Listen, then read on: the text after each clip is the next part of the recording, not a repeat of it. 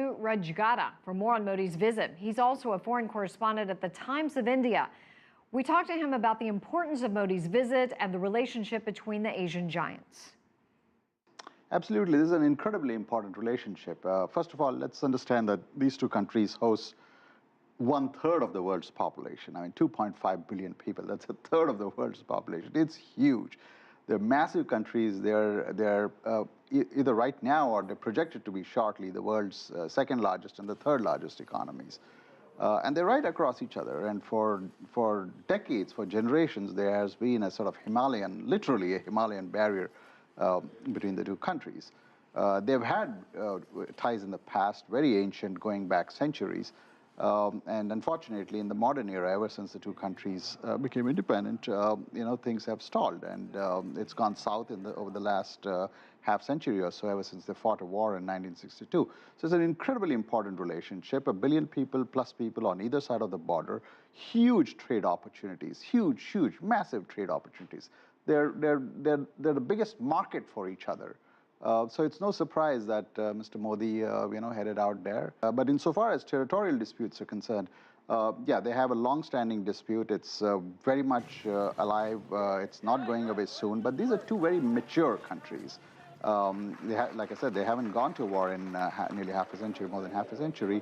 It looks unlikely, and they have a sense of wanting to solve this dispute. It's a very complicated border dispute. There are big claims on both sides. But what they've shown essentially right now, and through this visit and through the visit of Chinese leaders to India, is despite the dispute, they are able to go forward on the trade front, which is something, unfortunately, India and Pakistan have not been able to do. They are hostage to the disputes, but these two countries look good to go forward despite the problems they have. India is the fastest growing economy. China's economy has slowed a bit. How much does China need India at this point? I think both countries need each other. It's true that China has slowed a bit and India is picking up pace. I'm not sure of the numbers, but the fact is India has a lower demographic profile. There are more young people in India. China is going to age faster, if you talk to the experts. And so, but these two countries, like I said, have enormous opportunity because a billion people plus people on either side are huge markets. There are things that right now India has a huge trade imbalance with China, which means there are more Chinese goods coming into India than the other way around. So India is looking for opportunity to sell a lot more stuff to China. Right now, a lot of Indian exports are raw materials, basic sort of raw materials, and India is looking to sell products.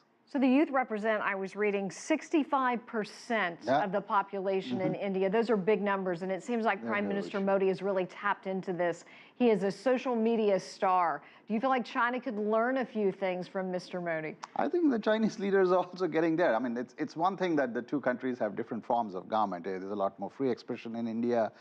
Twitter, Facebook, everything's up and running. I think there are a lot more restrictions in China, but I think the Chinese youth are also onto it. So I think the Chinese leaders have also signed up. You saw the selfie. There was a selfie the two took together. I believe they called it the world's most powerful selfie or something like that. I don't know about that, but it was a nice gesture, and I think it'll appeal to a lot of young people in both countries.